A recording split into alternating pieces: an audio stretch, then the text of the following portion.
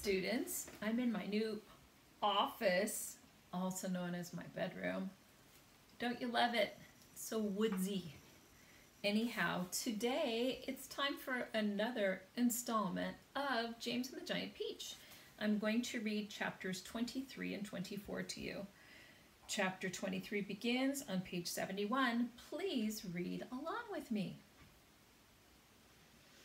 In a flash, everybody was up on top.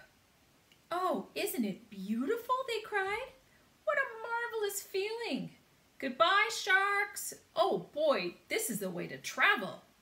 Miss Spider, who was literally squealing with excitement, grabbed the centipede by the waist, and the two of them started dancing around and around the peach stem together. The earthworm stood up on his tail and did a sort of wriggle of joy all by himself.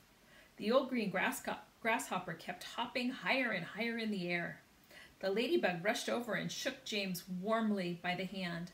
The glowworm, who at the best of times was a very shy and silent creature, sat glowing with pleasure near the tunnel entrance. Even the silkworm, looking white and thin and completely exhausted, came creeping out of the tunnel to watch this miraculous ascent. Up and up they went, and soon they were as high as the top of a church steeple above the ocean. "I'm a bit worried about the peach," James said to the others as soon as all the dancing and shouting had stopped. "I wonder how much damage those sharks have done to it underneath.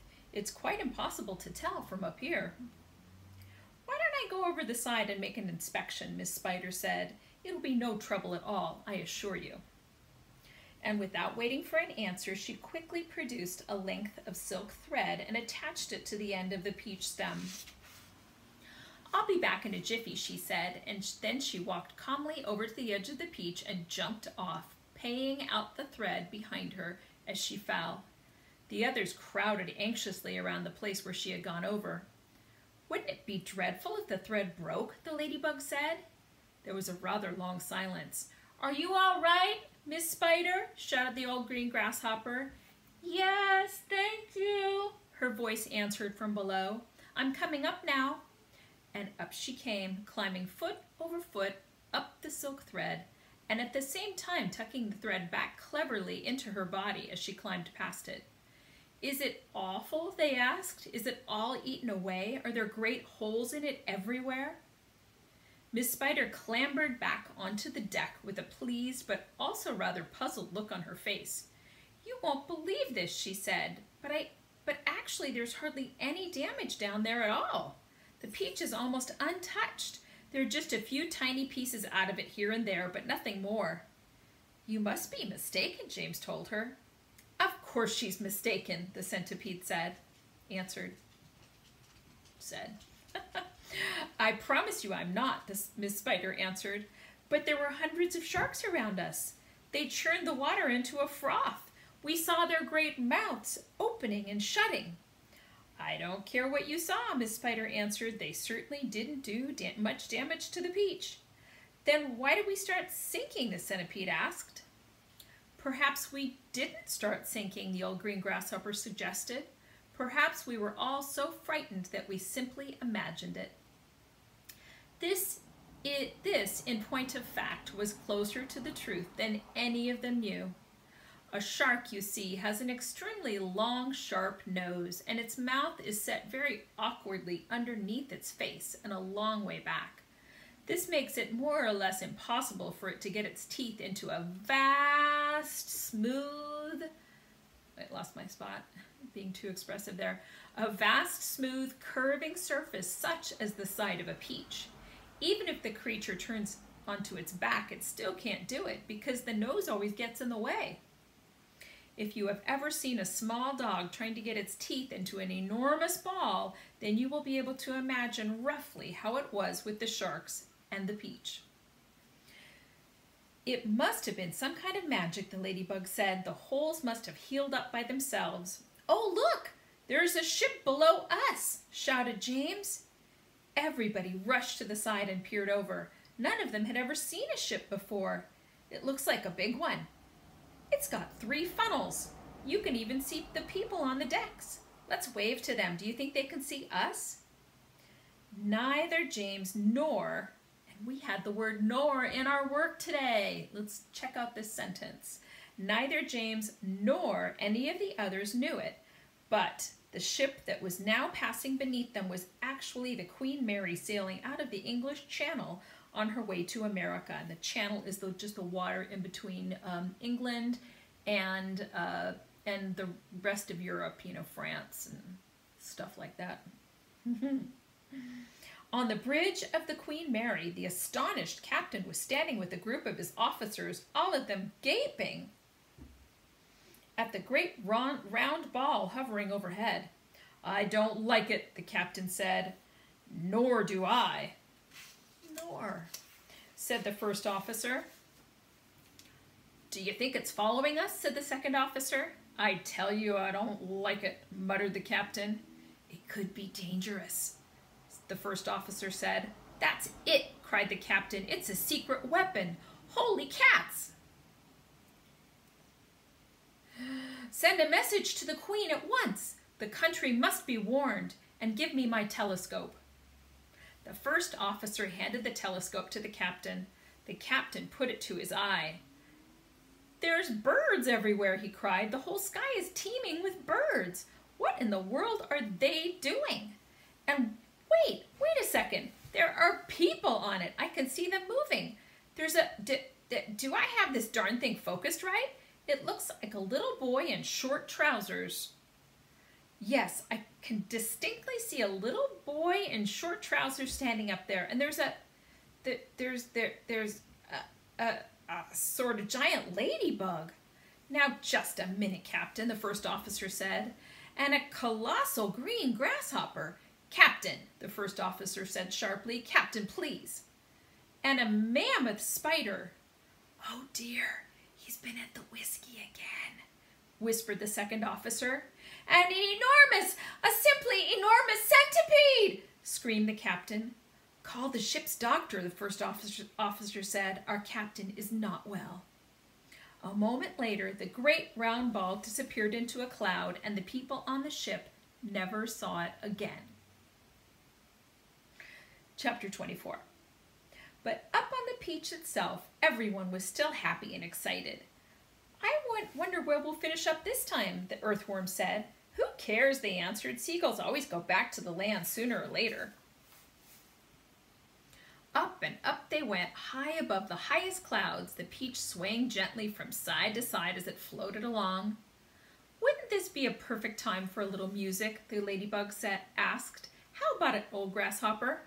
"With pleasure, dear lady," the old green grasshopper answered, bowing from the waist. "Oh, hooray! He's going to play for us!" they cried, and immediately the whole company sat themselves down in a circle around the old green musician, and the concert began.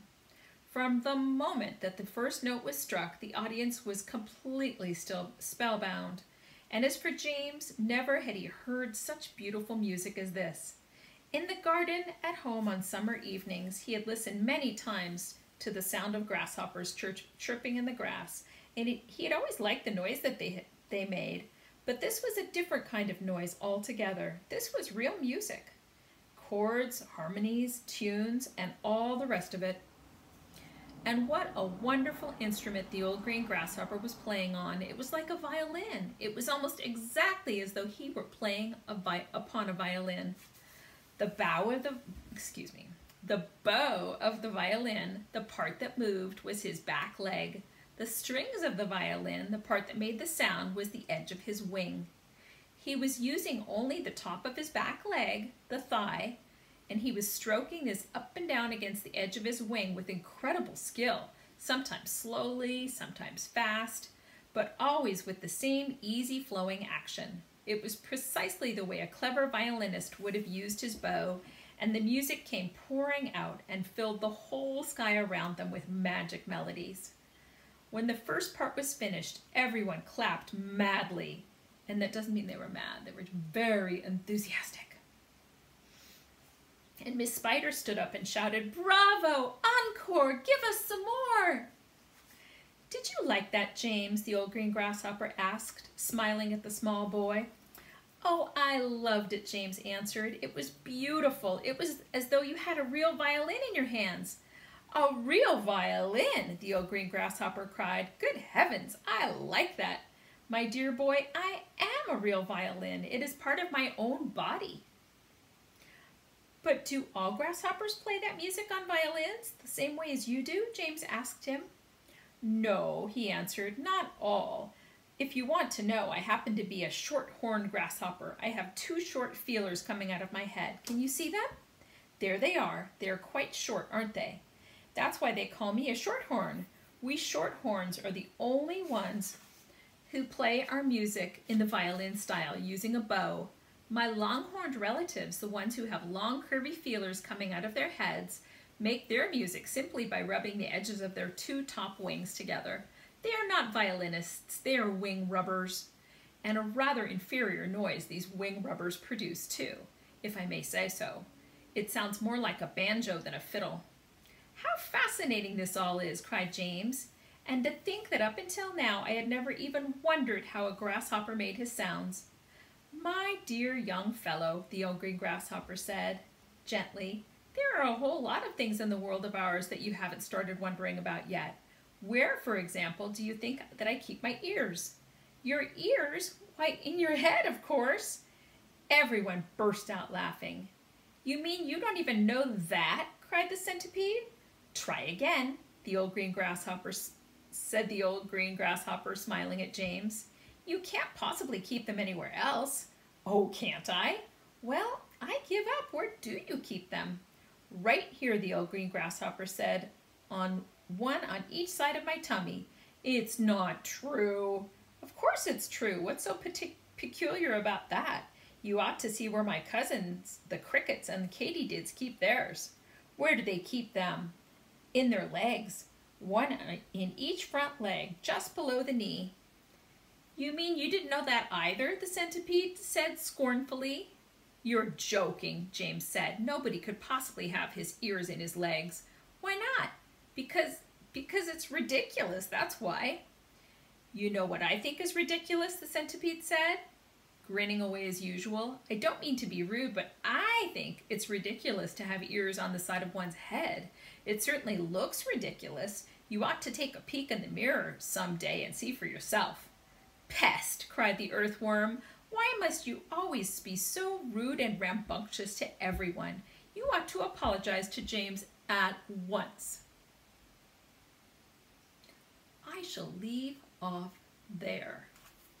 I want you to think, because we will have a discussion sometime soon, maybe some writing.